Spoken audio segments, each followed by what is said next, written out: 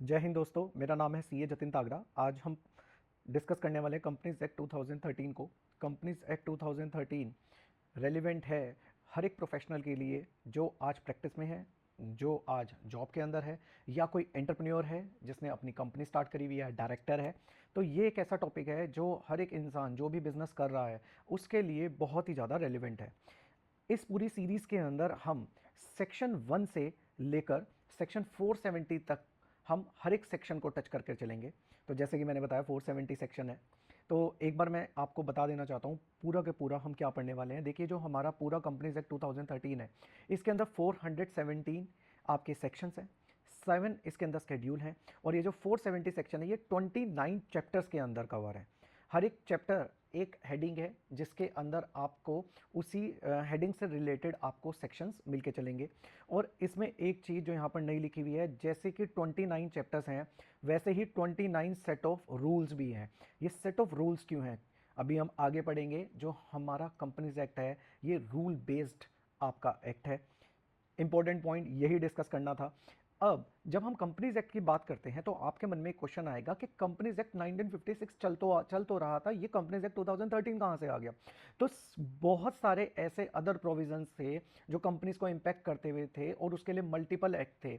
And this is the strategy of Narendra Modi government के उनको company आपका जो बिजनेस एनवायरनमेंट है उसे सिंप्लीफाई करना था, कॉम्प्लिकेशन की तरफ से उन्हें इररेलेवेंट लॉस को हटाना था। तो जो कंपनीज एक्ट 2013 बना, इसे इसका जो प्राइम फोकस था वो कंसोलिडेट करना था और लॉ को अमेंड करना था रिलेटेड टू कंपनीज। क्यों सर ये क्यों कर रहे थे? ये इसलिए कर रहे थे कि जो हमें हमारे अभी नेशनल और इंटरनेशनल चेंजेस आ रहे हैं इकोनॉमिक यानी बिजनेस एनवायरनमेंट के अंदर, उसके लिए ये जरूरी था। क्योंकि अगर बाहर से कोई भी हमारे यहाँ इंडी प्यारे भारत के अंदर व्यापार करने के लिए आता है, हम उसे ये नहीं बोल सकते आप 10 एक्ट पढ़िए, हम उसे कहेंगे सिर्फ आप कंपनीज एक्ट पढ़िए।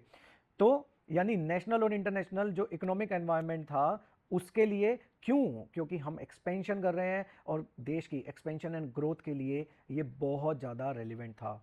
तो यानी हमने एक्ट को कंसोलिडेट करा और हमने लॉस को अमेंड करा। क्यों करा? जिससे हमारी नेशनल और इंटरनेशनल जो इकोनॉमिक एनवायरनमेंट है प्लस जो हमारी एक्सपेंशन और ग्रोथ है कंट्री की, उसको हम यहाँ पर ईजी कर पाएँ। राइट। तो जैसे कि मैंने पहले भी डिस्कस करा था कि ये जो हमारा जो एक्ट है ये रूल बेस्ड लेजिस्लेशन है। इसके अंदर आपको, जैसे एक्ट के अंदर आपके रूल्स बार बार मतलब बार बार भी बनाए जा सकते हैं, जैसा कि गवर्नमेंट को लगेगा कि वो ईज कर सकती है कंपनीज के ऑपरेशन में, कंप्लाइंसेज में, तो उससे related they can amend the rules. अब जब भी मैं एक्ट को पढ़ूंगा, जब भी मैं कह रहा हूं ये रूल बेस्ड लेजिस्लेशन है, इसका मतलब ये है कि अगर प्रोविजन जैसे लिखा हुआ है एज पर स्पेसिफाइड डेट, आपको कोई भी काम as per specified date, specify कहां होगा? रूल्स के अंदर स्पेसिफाई होगा। तो एक्ट को अमेंड करने की जरूरत नहीं पड़ेगी गवर्नमेंट को सिर्फ रूल्स को अमेंड करना है। कोई भी चीज को इजी करना है, कोई भी चीज को डिफिकल्ट बनाना है, तो यहां पर रूल्स को अमेंड करना है, गवर्नमेंट का काम हो गया। तो इसलिए बोला रूल बेस्ड लेजिस्लेशन है, हर एक चैप्टर का एक सेट ऑफ रूल्स तो है ही।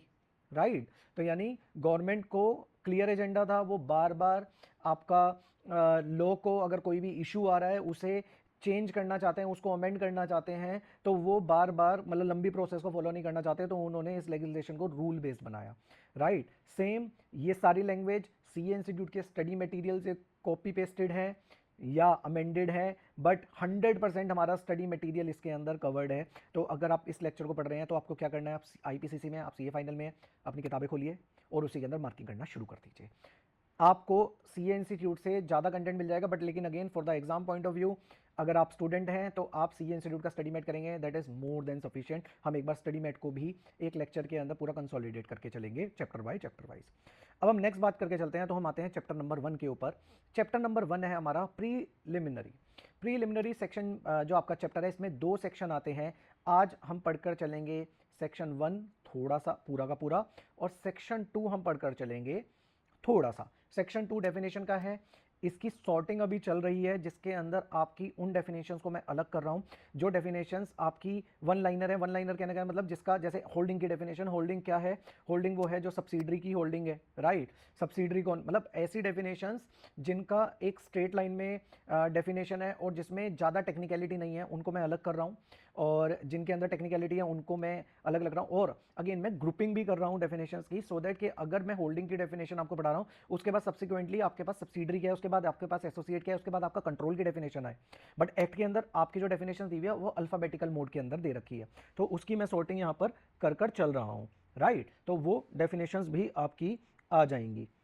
नेक्स्ट हम बात करके चलेंगे, ये बीच में एक चार्ट आ गया जिसे मैं बाद में लेके चलूंगा। Now we are discussing section 1, जिसके अंदर short title, extend, commencement and आपका एप्लीकेशन है। तो एक बार अगर मैं यहाँ पर समअप करूँ, देन उसके बाद लॉ से बढ़ेंगे। शॉर्ट टाइटल यानी इसे हम क्या बोलेंगे, हम इसे कंपनीज एक्ट, यानी शॉर्ट टाइटल क्या बोलेंगे, कंपनीज एक्ट 2013 या कंपनीज एक्ट 13, ये बोलकर चलेंगे।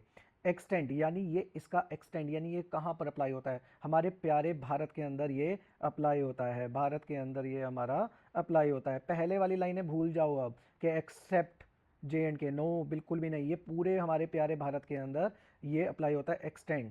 कमेंसमेंट यानी इसकी कमेंसमेंट यानी कब से एप्लीकेबल होगा, सर कंपनीज एक्ट 2013 है सर, 13 से होगा, नहीं ऐसा नहीं है।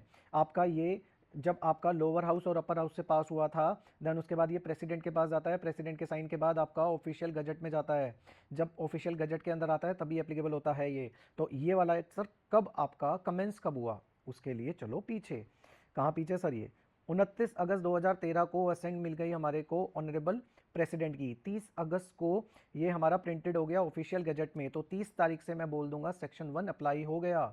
फिर उसके बाद 12 सितंबर 2013 को 98 सेक्शन आपका फोर्स में आए, फिर उसके बाद 1 अप्रैल 2014 को 143 सेक्शन, और ऐसे कर करके आपके सेक्शंस आगे एप्लीकेबल आपके होते गए। ये फेज्ड मैनर में हमने इसे इंडिया के अंदर अप्लाई करा है। और again exam point of view से आप इसको याद करने की जरूरत नहीं है, बट हाँ अगर आपको याद करना है तो आपको 30 अगस्त 2013 याद कर लेना है, और कोई चीज़ इतनी रेलिवेंट आपके लिए अभी नहीं है। बट अगेन मैं आपको इसके ऊपर एक लेक्चर और डालूंगा, जिसके अंदर मैं आपको बताऊंगा कौन से सेक्शन कब आपके अप्लाई हुए। अभी इसके अंदर इस वाले टॉपिक को, इस वाले लेक्चर को मैं थोड़ा शॉर्ट रख रहा हूँ। तो हमने ये 3 चीज़ें पढ़ ली। अब एप्लीकेशन हम इसकी कैसे करेंगे, यानी किन किन पे अप्लाई होगा। जैसे मैंने बोला, अब एक बार इसे रिकैप करते हैं, बिकॉज सी इंस्टीट्यूट में भी कुछ ऐसा बना के दे रखा है अपने को। तो कंपनीज एक्ट 2013 बोलेंगे, ऑल ऑफ इंडिया पे एक्सेप्ट आपका ये आपका एक्सटेंड होगा, और section 1 came into force on the different date through notification, but लेकिन कमेंसमेंट हमारी कब होगी थी, 30/8/2023 को, 2013 को सॉरी। एंड देन उसके बाद डिफरेंट सेक्शन डिफरेंट डेट्स पर आ गए, यानी इन्होंने कहा कि डिफरेंट डेट पर नोटिफिकेशन के थ्रू, उसकी डेट मुझे एक याद है, बाकी मैंने याद नहीं करी। अब जो फोर्थ इंपॉर्टेंट चीज़ है, एप्लीकेशन यानी किस किस पर लगेगा। अगर कोई कंपनी मैं कंपनीज एक्ट 2013 में बनाता हूं तो उस पर तो एप्लीकेबल होगा, यस सर उसमें तो होगा ही। अगर कोई 1956 में बनी हुई है पुराने वाले एक्ट में, तो उस पर भी एप्लीकेबल होगा। तो company incorporated under this act और अंडर एनी प्रीवियस लॉ, तो ये यहां पर एप्लीकेशन में सेक्शन 1 के अंदर उन्होंने क्लियर कर दिया। सेकेंड, इंश्योरेंस कंपनी में लगेगा, राइट सर ये कहां है, सेक्शन 1 में है। बैंकिंग कंपनीज पर लगेगा, कहां लिखा है सर, सेक्शन 1 में लिखा है। पावर जनरेशन कंपनीज के अंदर लगेगा, डन। अगर कोई कंपनी स्पेशल एक्ट से रेगुलेटेड है उस पे लगेगा, और किसी बॉडी कॉर्पोरेट को जिसने सेंट्रल गवर्नमेंट ने नोटिफिकेशन के थ्रू बोला है उस पर भी ये लगेगा, जैसे FCI, NHAI, इन सब पर भी लगेगा। सर कितना इजी है, इजी ही है, सिर्फ सुनना है और कुछ नहीं करना इसके अंदर, राइट। बट एक इशू है, इशू क्या है कि जब मैं बात करता हूं इंश्योरेंस कंपनीज की, तो इस पर 2 एक्ट लिखते हैं, एक लगता है इंश्योरेंस एक्ट 1938, दूसरा लगता है एडा act 1999। Same wise banking company के अंदर बैंकिंग रेगुलेशन एक्ट लगता है, पावर जनरेशन के ऊपर इलेक्ट्रिसिटी एक्ट लगता है। स्पेशल एक्ट तो बोल ही रहा है, उसमें कोई एक्ट लगता होगा, और यहां पर जो एक्ट के अंदर ही बना है, जैसे हमारा प्यारा ICAI बना है, वैसे FCAI और NHAI बना है। तो अब ये अगर एक्ट, ये सारे के सारे ये एक्ट के अंदर बने हैं, इस पर आप कंपनीज एक्ट कैसे लगा रहे हो। तो गवर्नमेंट ने बोला कि कंपनीज एक्ट इनके ऊपर लगेगा अगर कोई भी चीज जो कंपनीज एक्ट में लिखी है वो इनकंसिस्टेंट है इनके प्रोविजंस में, तो ये वाले प्रोविजन आपके प्रिवेल करेंगे। इंश्योरेंस में इंश्योरेंस के, बैंकिंग में बैंकिंग में, इलेक्ट्रिसिटी वाले में इलेक्ट्रिसिटी में, और जो नोटिफिकेशन वाले एक्ट हैं उनके नोटिफिकेशन। मतलब अगर कंपनीज एक्ट के अंदर लिखा है कि किसी चीज को ABC लिखना है, और आपका एग्जांपल ले रहा हूं, इंश्योरेंस आपका एक्ट के अंदर लिखा है नहीं उसे XYZ लिखना है, तो यहां पर इंश्योरेंस एक्ट प्रिवेल करेगा, और हम यहां पर उसे ABC नहीं XYZ लिख कर चलेंगे। तो ये था एप्लीकेशन से रिलेटेड सेक्शन। बट अगेन अब इसके बाद हम जो सेकंड सेक्शन पढ़ने वाले हैं, सेक्शन 2, इसका मैं ओवरव्यू दूंगा, और नेक्स्ट लेक्चर के अंदर मैं इसे पूरा डिटेल में आपको समझाऊंगा, पूरा का पूरा सेक्शन। आगे बढ़ने से पहले मैंने एक यहाँ पर एनालिसिस कर रखी है कि ये जो जितने भी आपके सेक्शन हैं, ये सेक्शन आपके रेलिवेंट हैं सीए इंटरमीडिएट के आईपीसीसी के जो एग्जामिनेशन है उसके लिए, बट अगेन आपके लिए रेलिवेंट है। बट आप अपने क्लाइंट को ये नहीं बोल सकते हैं, अगर आपके पास कोई क्लाइंट है कि ये सेक्शन तो मैंने पढ़े ही नहीं है क्योंकि मेरे कोर्स में नहीं थे, तो वो आपको अनप्रोफेशनल समझेगा और we can not afford this kind of professional mistake, right. हमें प्रैक्टिस करनी है तो हमें सारे सेक्शन आने चाहिए। बट अब सेक्शन 2 क्या रेलिवेंट है? Yes, it is very relevant. जब मैं पूरे एक्ट को पढ़ रहा हूँ, मेरे को पूरे एक्ट में कोई भी टर्मिनोलॉजी समझ नहीं आ रही है तो मुझे सेक्शन 2 समझाएगा। सेक्शन 2 का काम क्या है? ये हमें देता है बहुत सारी टर्मिनोलॉजीज। और अगेन जब ये टर्मिनोलॉजी, यानी अगर मुझे किसी भी चीज़ का मतलब समझना है, लेट्स से वहाँ पर लिखा हुआ है कंट्रोल, जैसे मैंने ये लिखा कंट्रोल, कंट्रोल का क्या मतलब है? डेफिनेशन बताएगी, राइट।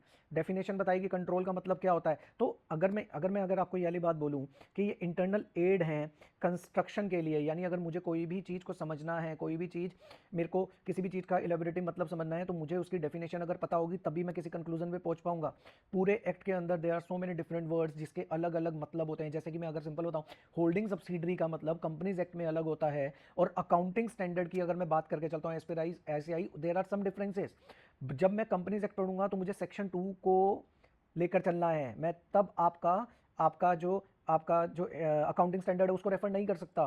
तो again this is internal aid for constructions, यानी मेरे को अपना ओपिनियन, मेरे को बात को अगर लॉ का समझना है तो मेरे को सेक्शन 2 की डेफिनेशन पढ़नी पड़ेगी, क्योंकि ये मुझे इंटरप्रिएट करने की मदद करता है। और एक एक्ट को कंस्ट्रू करने के अंदर मुझे, या उसके किसी पार्ट को कंस्ट्रू करने के लिए मुझे ये हेल्प प्रोवाइड कराता है।